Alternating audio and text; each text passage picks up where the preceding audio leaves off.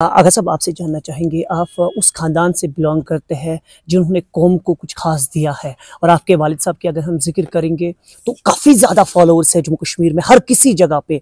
और इस वक्त लोग ये भी कहते हैं कि आगा ख़ानदान से कंटेस्टेंट्स जो है वो काफ़ी ज़्यादा कैंडिडेट्स सामने आ रहे हैं और वो अलग अलग तरीके से सवाल निशाना पैदा कर रहे हैं। आप उन सवालों को कैसे जवाब देंगे? देखिए, ये इलेक्शंस में उतरना ये अपनी ज़ाती राय है, इसको डीलेजिटिमाइट करना, क्योंकि एक बीजेपी की तरफ से एक अटेम्प्ट रहा खासकर 2019 के बाद। बडगाम बाईपोल्स इलेक्शन को लेकर हम हर किसी सियासतदान तक पहुंच रहे हैं और हर एक से रूबरू आपको कराते रहते हैं।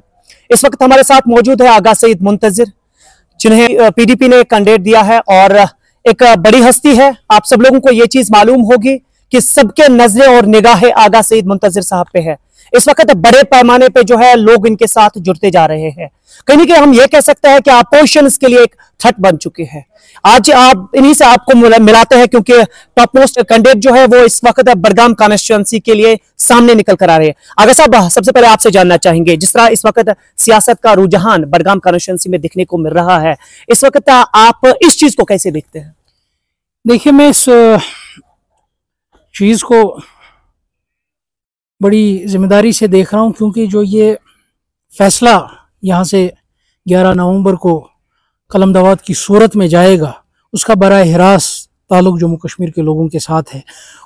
वो फैसला जो न सिर्फ बडगाम का होगा, बल्कि वो एक तरीके से आप कह सकते हैं जम्मू कश्मीर के लोगों की तरफ से भी वो फैसला तर्जुमानी करेगा कि जो भी आज तक, और खासकर 2024 के बाद, इलेक्शंस के बाद जो यू टर्न लिया गया, चाहे वो सियासी मामलों पर था, चाहे वो रोजमर्रा के मसले मसाइलों पर था, वो जम्मू कश्मीर के लोगों को वो यू टर्न काबिल कबूल नहीं है। अगर साहब इस वक्त अगर हम देखेंगे तो आपको आपके अपोजिशन की अगर हम बात करें, चाहे हम अगर सईद महमूद साहब की बात करें या जिब्रान डार, बाकी पॉलिटिकल लीडर्स की बात करें, कैसे देखते हैं आप? मुकाबला टाइट हो सकता है या आप आसानी इस चीज़ को मानते हैं? देखिए, आसान चीज़ तो कोई नहीं होती है, हर चीज़ में एक स्ट्रगल होती है, हार्ड वर्क होता है।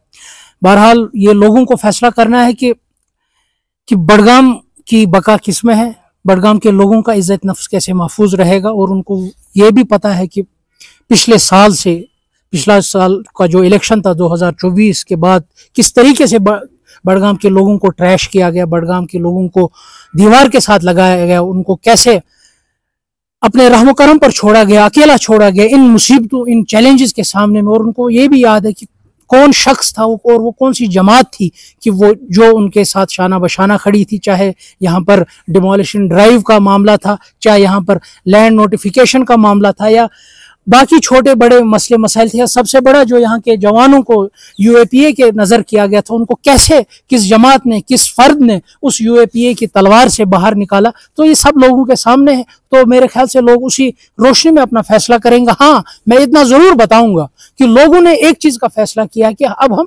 नेशनल कॉन्फ्रेंस की स्टेपनी बनना बंद करेंगे। ये फैसला लोगों ने अभी ही किया है। अगर साहब आपसे जानना चाहेंगे, आप उस ख़ानदान से बिलोंग करते हैं जिन्होंने कौम को कुछ ख़ास दिया है, और आपके वालिद साहब की अगर हम जिक्र करेंगे तो काफ़ी ज़्यादा फॉलोअर्स है जम्मू कश्मीर में हर किसी जगह पे।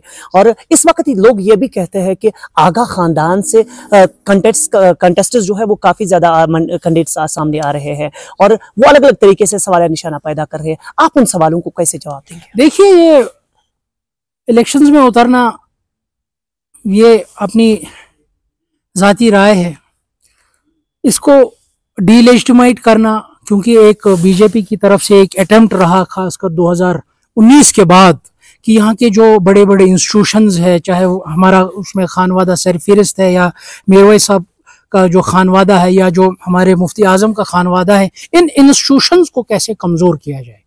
ये उसी की एक कड़ी है कि लोगों में इनकी छवि बिगाड़ी जाए, जो क्योंकि इन इंस्टीट्यूशंस ने हमेशा एक क्रिटिकल रोल अदा किया है। जब जम्मू कश्मीर किसी मुसीबत में पड़ा है या किसी बेचैनी में फंसा है, और जो इनके जो अज़ाइम थे, यहाँ सेक्टेरियन डिवाइड करना या कुछ और करना, इन फैमिलीज ने उस चीज में एक क्रिटिकल रोल अदा किया है, यहाँ की उखवत को बरकरार रखा है, उन अज़ाइम को नाकाम बनाया है। तो कहीं ना कहीं उस कि उसी रोशनी में ये डिलेजिटिमाइज किया जा रहा है या स्टिग्मेटाइज किया जा रहा है कि ये वो है, ये अपने जाती मकासद के लिए इलेक्शंस में उतर रहे हैं या कुछ।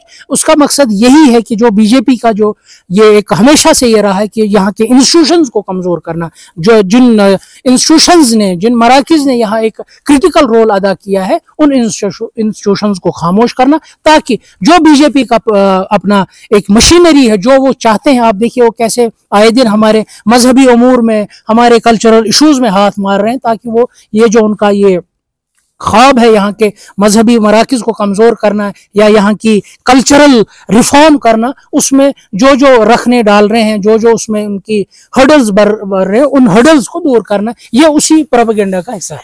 अगर साहब आप ये चीज़ मानते हैं कि बडगाम कॉन्स्टिट्यूंसी 1 साल पीछे हो गई है सियासत के लिहाज से, और उस चीज़ का जिम्मेदार हम किसको ठहरा सकते हैं? देखिए, उस चीज़ का जिम्मेदार सिर्फ और सिर्फ नेशनल कॉन्फ्रेंस है, क्योंकि 77 से लेकर आज तक नेशनल कॉन्फ्रेंस ने यहाँ रूल किया है।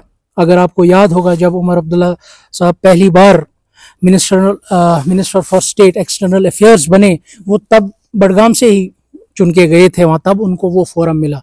यहाँ की बदहाली, यहाँ की बैकवर्डनेस, जो भी आप मुसीबत यहाँ के लोगों की बडगाम कॉन्स्टिट्यूंसी की देख रहे हैं, उसकी जिम्मेदार सिर्फ और सिर्फ नेशनल कॉन्फ्रेंस है। उसकी वजह यही है कि नेशनल कॉन्फ्रेंस ने हमेशा इस कॉन्स्टिट्यूंसी को एज ए स्टेप नहीं देखा है कि हाँ, बडगाम कॉन्स्टिट्यूंसी के लोगों की ये जिम्मेदारी है कि नेशनल कॉन्फ्रेंस को हर इलेक्शन में जिताना, चाहे वो पार्लियामेंट इलेक्शन हो, चाहे वो असेंबली इलेक्शन हो। ये बडगाम के लोगों की जिम्मेदारी है कि नेशनल कॉन्फ्रेंस के बंदों को फोरम्स में पहुंचाना। इन रिटर्न नेशनल कॉन्फ्रेंस की कोई भी जिम्मेदारी नहीं बनती है कि उस मोहब्बत का जो बडगाम के लोगों ने बार बार नेशनल कॉन्फ्रेंस को दिया है, कोई जिम्मेदारी नहीं बनती है।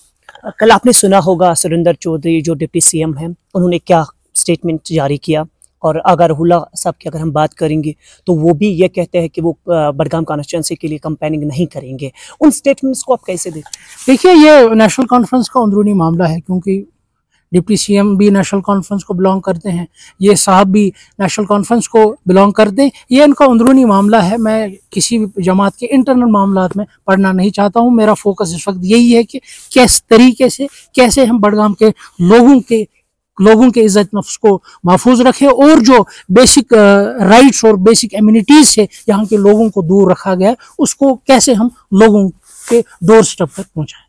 आपके साथ लोग जुड़ते जा रहे हैं और ये कारवां बढ़ता जा रहा है। आपसे जानना चाहेंगे क्या खास पैगाम रहेगा बडगाम आवाम के लिए? मुख्तसर मेरा उनसे यही इल्तिमास भी रहेगी और गुजारिश भी रहेगी और मशवरा भी यही रहेगा कि आप इंशाल्लाह इसी शिद्दत से कलम दवात के साथ जुड़िए, और कलम दवात ही वो इस वक्त वाहिद राह है आपके लिए जिससे आपका इज्जत नफ्स महफूज रहेगा। आप हरगिज भी किसी प्रोपेगेंडा, किसी जज्बाती बातों में ना आए। इस वक्त यहाँ के एक एक वोटर की ये जिम्मेदारी होनी चाहिए कि उसका इज्जत नफ्स कैसे महफूज रहेगा। बहुत बहुत शुक्रिया अपना कीमती वक्त देने के लिए। नाज़रीन, ये थे हमारे साथ आगा सईद मुंतज़िर, और आपने सुना किस तरह से इन्होंने बातों को वजाहतन आपके सामने रखा। हम उम्मीद और आशा करते हैं कि आप सही और गलत की जो है छानबीन सही तरीके से करेंगे। उम्मीद और आशा रखते हैं कि आप इस पैगाम को मजीद लोगों तक पहुँचाएंगे। क्या कुछ पैगाम में होगा, जम्मू कश्मीर में होगा, सबसे पहले आप तक पहुँचाएंगे। मुझे दीजिए इजाज़त और देखते रहिए जुम्मू एक्सप्रेस।